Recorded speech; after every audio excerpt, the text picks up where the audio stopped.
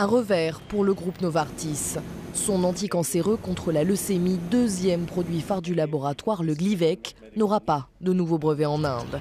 Décision de la Cour suprême.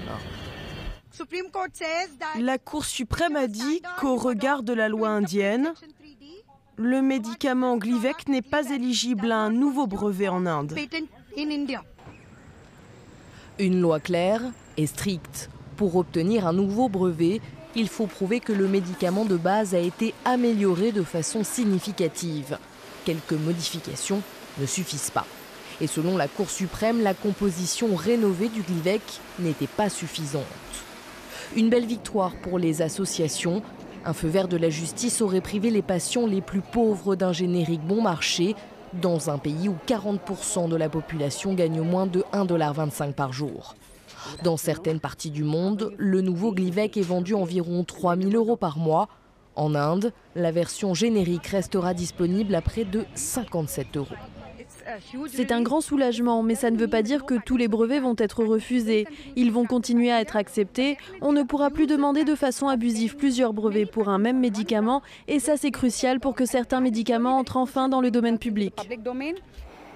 C'est en effet ce que tentent de faire de nombreux laboratoires pharmaceutiques afin d'éviter que leurs brevets ne tombent dans le domaine public au bout de 20 ans et que des génériques soient commercialisés.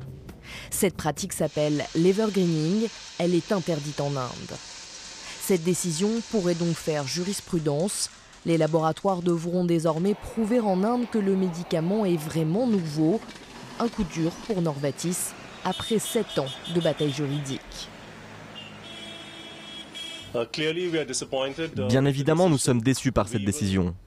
Nous allons cependant continuer à investir en Inde, mais de façon beaucoup plus prudente.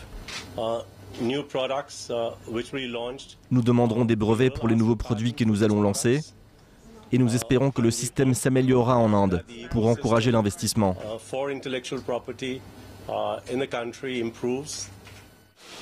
Un coup dur d'autant plus grand pour l'ensemble des sociétés pharmaceutiques occidentales. Avec une croissance annuelle entre 13 et 14%, le marché indien du médicament est plus qu'attractif. D'autant qu'à l'heure actuelle, il n'occupe que la 14e place. Ce deuxième pays le plus peuplé du monde offre donc un important potentiel de développement.